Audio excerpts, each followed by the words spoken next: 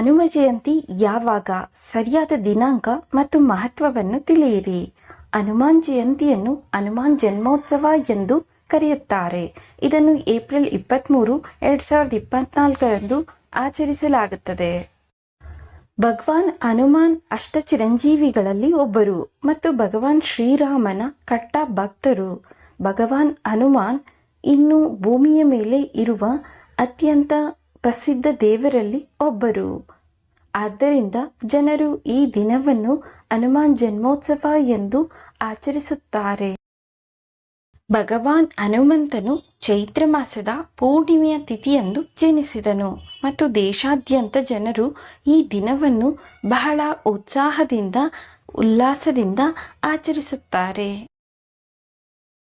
ಹನುಮಾನ್ ಜಯಂತಿಯ ದಿನಾಂಕ ಮತ್ತು ಸಮಯ. ಪೂರ್ಣಿಮಾ ತಿಥಿ ಆರಂಭ ಏಪ್ರಿಲ್ 23, 2024 ಬೆಳಗ್ಗೆ 3:25. ಪೂರ್ಣಿಮಾ ತಿಥಿ ಅಂತ್ಯ ಏಪ್ರಿಲ್ 24, 2024 ಬೆಳಗ್ಗೆ 5:18. ಹನುಮಾನ್ ಜಯಂತಿಯ ಮಹತ್ವ. ನಮ್ಮೆಲ್ಲರಿಗೂ ತಿಳಿದಿರುವಂತೆ ಹನುಮ ಜಯಂತಿಯು ದೇಶದ ಎಲ್ಲ ಭಾಗಗಳಲ್ಲಿಯೂ ಆಚರಿಸುತ್ತಾರೆ ಮತ್ತು ಜನರು ಈ ದಿನವನ್ನು ಆಚರಿಸಲು ತಯಾರಿ ನಡೆಸುತ್ತಿದ್ದಾರೆ. ಹಿಂದೂಗಳಲ್ಲಿ ಹನುಮ ಜಯಂತಿಗೆ ಹೆಚ್ಚಿನ ಧಾರ್ಮಿಕ ಮಹತ್ವವಿದೆ.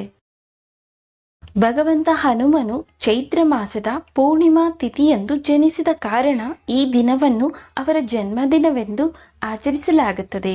ಭಕ್ತರು ಈ ದಿನವನ್ನು ಬಹಳ ಸಂತೋಷ ಮತ್ತು ಉತ್ಸಾಹದಿಂದ ಆಚರಿಸುತ್ತಾರೆ. ಬಜರಂಗಬಲಿ ರಾಜ ಕೇಸರಿ ಮತ್ತು ಮಾತಾ ಅಂಜನಿಗೆ ಜನಿಸಿದರು. ಅವರನ್ನು ಅಷ್ಟಚಿರಂಜೀವಿಗಳಲ್ಲಿ ಒಬ್ಬರು ಮತ್ತು ಶಿವನ ರುದ್ರ ಅವತಾರ ಎಂದು ಕರೆಯಲಾಗುತ್ತದೆ. ಹನುಮಂತರನ್ನು ಮಾರುತಿ, ಅಂಜನಪುತ್ರ, ಪವನಪುತ್ರ, ಹನುಮಾನ್, ಸಂಕಟಮೋಚನ ಎಂದು ಅನೇಕ ಹೆಸರುಗಳಿಂದ ಕರೆಯುತ್ತಾರೆ. ಅಂದರೆ ಭಕ್ತರ ಜೀವನದಿಂದ ಎಲ್ಲ ದುಃಖಗಳನ್ನು ತೆಗೆದುಹಾಕುವವರು. ಹನುಮಾನ್ ಜಿ ಅಷ್ಟಸಿದ್ಧಿಗಳು ಮತ್ತು ನವನಿಧಿಗಳನ್ನು ನೀಡುವವರು. ಆತನನ್ನು ಅತ್ಯಂತ ಶಕ್ತಿಶಾಲಿ ದೇವರು ಎಂದು ಪರಿಗಣಿಸಲಾಗಿದೆ.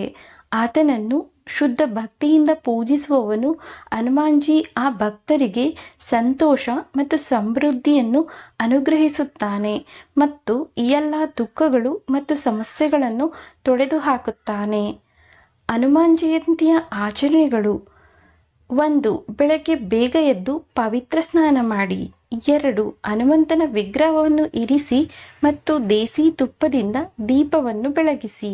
3. ಹೂಗಳನ್ನು ಅರ್ಪಿಸಿ ಮತ್ತು ಹನುಮಾನ್ ಚಾಲೀಸಾ ಮತ್ತು ಬಜರಂಗ್ ಬಾನ್ ಪಠಿಸಿ. 4. ಹನುಮಾನ್ ದೇವಸ್ಥಾನಕ್ಕೆ ಭೇಟಿ ನೀಡಿ ಮತ್ತು ಹನುಮಂತರಿಗೆ ಚೋಳವನ್ನು ಅರ್ಪಿಸಿ. ಅದರಲ್ಲಿ ಮಲ್ಲಿಗೆ ಎಣ್ಣೆ, ಬಟ್ಟೆ ಮತ್ತು ಸಿಂಧೂರ ಸೇರಿದೆ. 5.